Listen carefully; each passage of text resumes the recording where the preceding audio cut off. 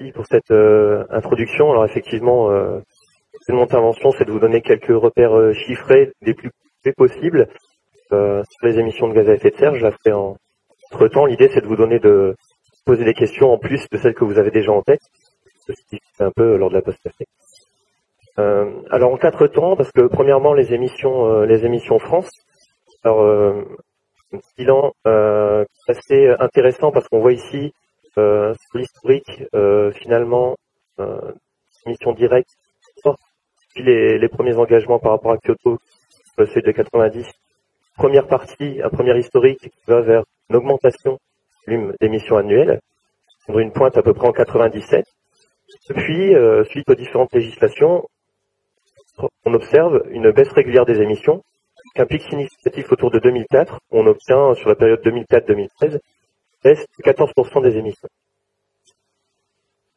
Alors, les contributions des différents PRG, évidemment pour 3/4 du CO2, hein, quand je dis PRG, pouvoir de réchauffement global, mais j'imagine que vous avez l'Assemblée et le thème des rencontres régionales carbone, vous savez de quoi il s'agit. Donc je le disais, 3/4 du pouvoir de réchauffement global de la France est lié au CO2. Et les autres gaz que sont le CH4, le N2O et puis les halocarbures et perfluorocarbures sont liés essentiellement à l'agriculture, sauf les gaz. Juste pour finir sur cet élément de contexte par rapport aux différents cas émis, pourquoi je vous présente ça? Parce qu'en fait, c'est une signature d'un pays. La composition et la proportion de chacun de ces différents gaz renseignent la signature, je dirais, le niveau de développement, le niveau de richesse, le niveau d'industrialisation d'un pays. Ça, c'est une signature typique d'un pays industrialisé. Alors, signature de la France, mais il ne faut pas oublier que, par exemple, des territoires comme la Guyane, des émissions de méthane beaucoup plus importantes, c'est de la couverture forestière et puis d'activité agricole plus intense, métropole. Je me permettrai quelques digressions Nord-Pas-de-Calais, hein, étant le local de l'étape pour le coup. Donc malgré quelques chiffres France, je vous parle un petit peu plus précisément de la région. Le Nord-Pas-de-Calais, c'est 8% des émissions directes de gaz à effet de serre de la France. Et à contrario de réduction de la France, d'à peu près, on va dire, moins 16% depuis 90 en moyenne. Hein. On a une tendance un peu plus marquée en Nord-Pas-de-Calais du fait de l'industrialisation. C'est-à-dire que l'industrie ayant ses consommations variées de manière importante en région et occupant une place importante. Le volume global d'émissions du Nord-Pas-de-Calais est intimement lié à l'évolution de l'activité de l'industrie. L'activité de l'industrie ayant largement décliné en Nord-Pas-de-Calais depuis les années 90, on a une tendance un peu plus importante qui est observée au niveau français. Évidemment, je sais que c'est les journées de rencontres régionales carbone, mais on ne peut pas s'empêcher de parler d'énergie, qui est d'ailleurs une des données qui cherche le plus lorsqu'on établit un bilan carbone. En Nord-Pas-de-Calais, l'usage de l'énergie, c'est 87% des émissions. C'est le sujet majeur à traiter, évidemment, lorsqu'on parle de gaz à effet de serre. Et ici, donc, deux courbes différentes, je vous le disais, hein, avec la courbe française, où on observe une relative stagnation là, sur les dernières années de la consommation d'énergie, hein, sur 2008-2011. Puis une courbe, je dirais, un peu plus marquée en Nord-Pas-de-Calais avec un effet crise important en 2009. Là aussi, du fait de la présence et de la prépondérance de l'industrie. Donc, le rapport entre finalement les émissions de gaz à effet de serre et les consommations d'énergie, et il y a évidemment un lien intime. Et voilà, les réductions qu'on peut observer sur les consommations d'énergie sont bien souvent relativement proches des réductions observées des émissions de gaz à effet de serre. Quels sont les secteurs émetteurs? C'est la deuxième partie de l'intervention. Évidemment, quand on cherche à comprendre comment tout cela fonctionne, il faut s'intéresser au découpage sectoriel de ces émissions. Je dirais qu'ici, on retrouve sans surprise la partie de industrie de consommation d'énergie. C'est le bilan 2013 de la France, direct de gaz à effet de serre. On trouve la partie industrie et puis transformation d'énergie qui occupe la part la plus importante des sommes. Et le secteur à lui seul qui est le plus important, c'est le secteur des transports. C'est une vérité dans la plupart des régions. Puis on retrouve aussi une part, je dirais, relativement importante par rapport au nombre d'emplois et au nombre, je dirais, d'acteurs qui composent ce secteur, l'agriculture et la sylviculture. On retrouve à peu près le quart des émissions qui composent le PRG qu'on a vu tout à l'heure avec les émissions de méthane et de N2O.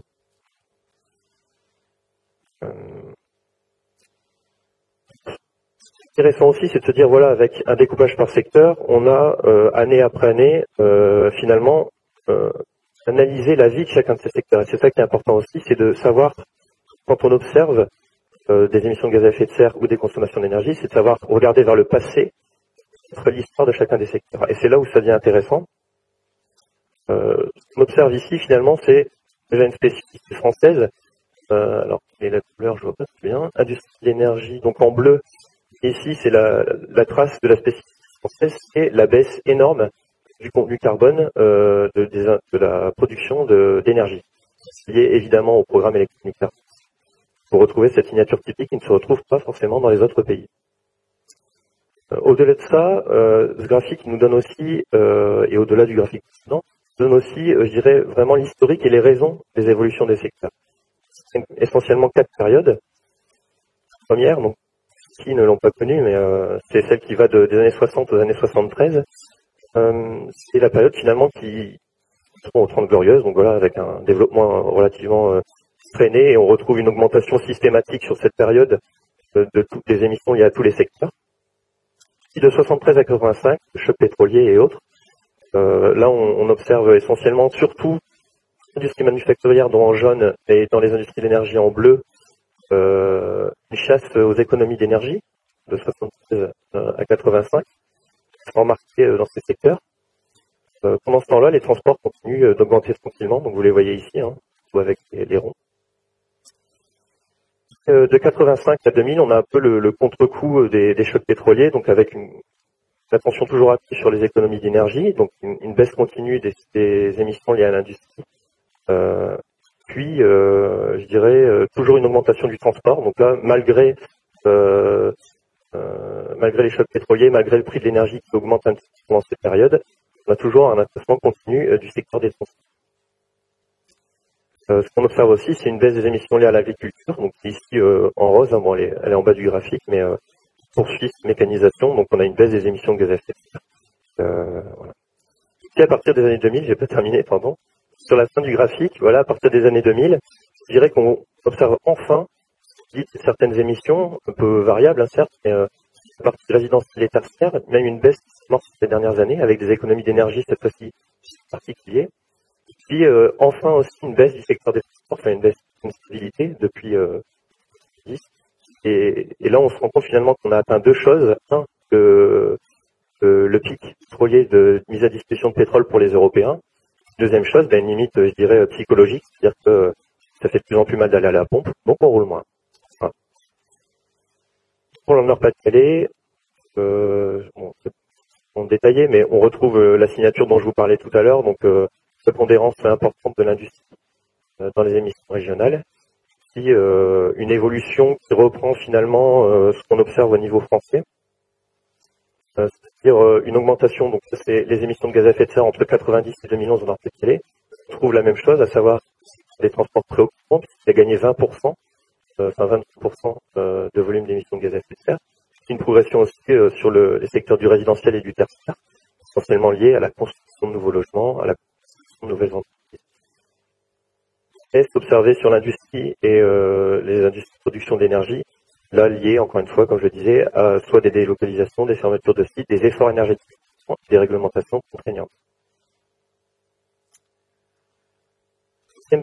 Les objectifs européens et nationaux. Effectivement, une fois qu'on a comptabilisé tout ça, à l'échelle française ou Nord-Pas-de-Calais, on se rend compte qu'effectivement, ça ou l'ADEME ou l'Union européenne qui donnent certains objectifs à respecter.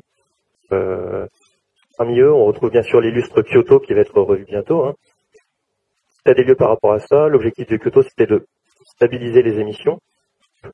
L'île, c'était d'avoir un PRG global qui soit sur la moyenne 2008-2012 soit inférieur au niveau de 90.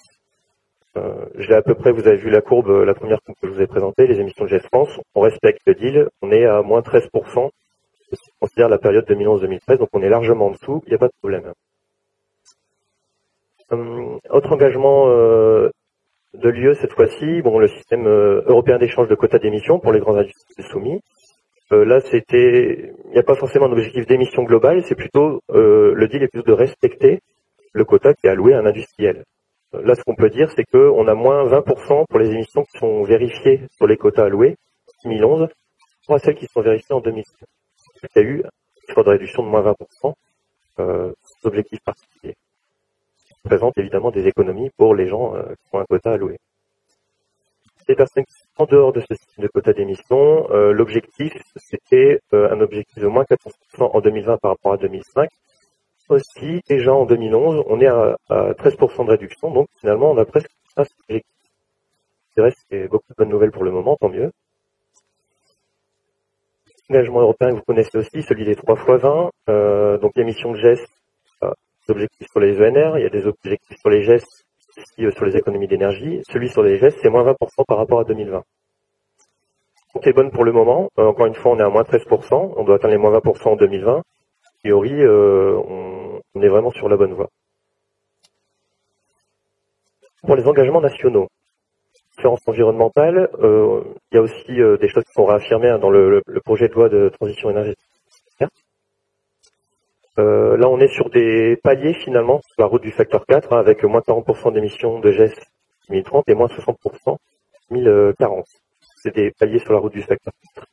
Lui à moins 75% d'ici à 2050, et là aussi réaffirmé dans la loi de transition. C'est là où ça se complique un petit peu, parce que finalement, toujours à moins 13%, par rapport à 90, on a atteint en 2013, on a une stabilisation relative des émissions sur les 3 dernières années. Là, l'objectif UE, les objectifs sont atteints, là on est un petit peu plus court.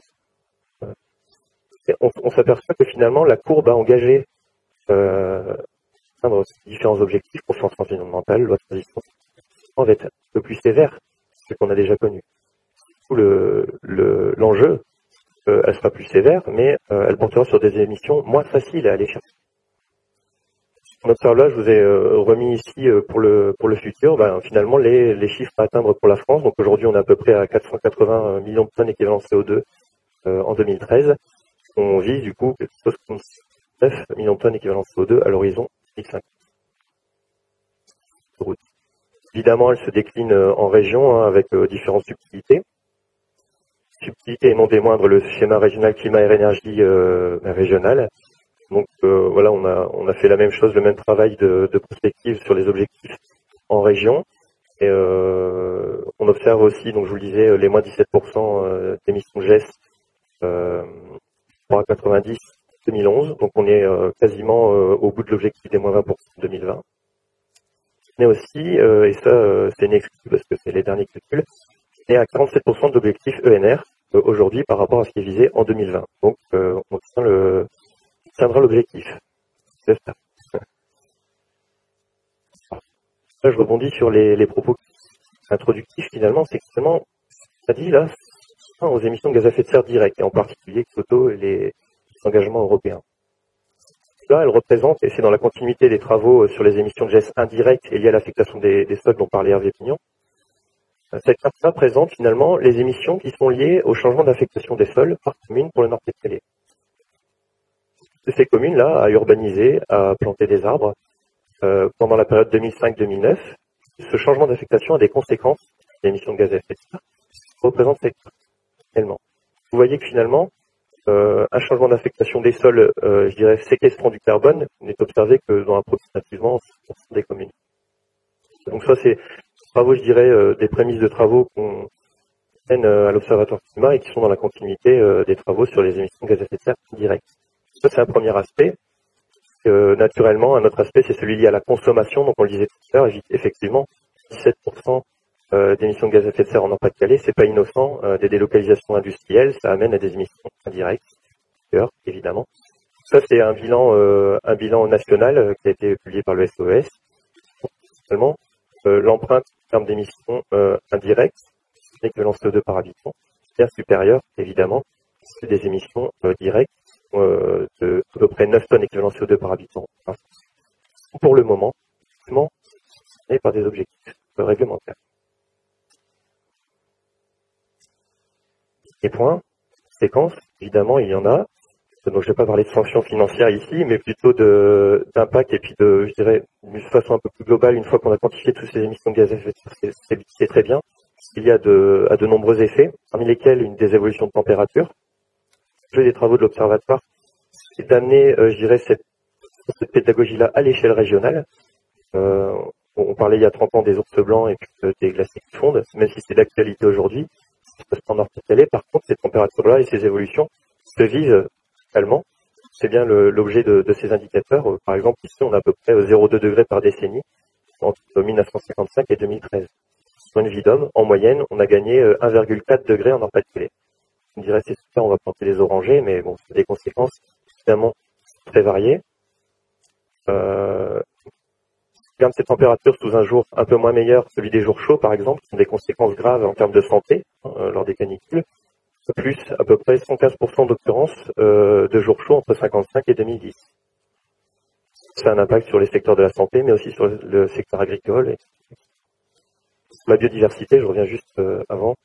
La biodiversité, parce que moi là c'est bien, on a des nouvelles orchidées en Nord-Pas-de-Calais qu'on n'avait pas avant, au méridional. Évidemment, des espèces invasives, de la faune ou de la flore, peuvent s'installer alors qu'elles ne le pouvaient pas avant en région. On a aussi bien sûr une aggravation des risques dits météo-sensibles, parmi lesquels on peut retrouver les avalanches. Heureusement, il n'y en a pas par ici. Mais on peut retrouver les effets liés à la sécheresse, donc le retrait-gonflement des argiles, les mouvements de sol, inondations, les submersions marines. Cette carte-là représente finalement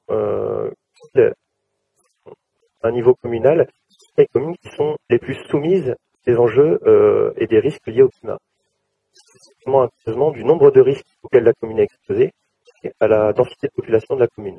Évidemment, villes où il y a de nombreux habitants, ou alors les villes qui sont dans des territoires soumis à de nombreux risques, en rouge foncé, et donc vous avez raison de s'inquiéter de l'élévation des températures, des émissions de gaz, etc., et à prendre en compte ces gens.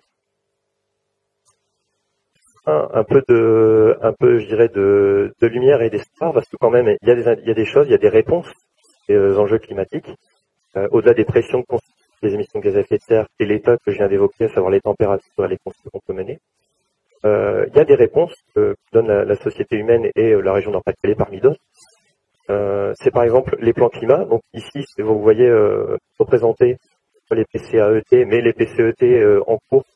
Et ce qu'on peut dire, c'est qu'il y a 93% de la population qui est dans un territoire engagé dans un de ces plans climat. Ça veut dire que ce levier existe pour les personnes de la région.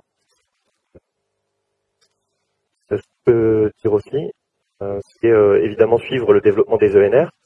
Les travaux sont toujours en cours parce que le suivi des ENR, c'est quelque chose de relativement complexe à l'échelle régionale. On peut dire qu'aujourd'hui, donc en 2012, on avait à peu près 5,6 gigawattheures de production. On doit être aux alentours de un peu plus de 2013 et ça représente 4,2% de la consommation de la région. Donc ça aussi, c'est une réponse en termes de sobriété énergétique, en termes de renouvelables, bien sûr, et donc des émissions de gaz à effet de serre réduites. Je parlais tout à l'heure, évidemment, de nombreux autres effets. Là, je vous ai présenté, je dirais, qu'une sélection d'indicateurs. Évidemment, je parlais de jours chauds, on pourrait parler de précipitations, on pourrait parler d'autres choses. Par exemple, vraiment des enjeux difficiles à prendre en compte, parce que certaines causalités sont étudiées, et là on parle de l'agriculture. Les causalités sont étudiées, on sait que les températures et la précipitation ont un effet sur le rendement agricole, c'est une évidence. Évidemment, plus de température, c'est mieux. Les plantes équatoriales comme le maïs vont pousser mieux, avec plus de chaleur.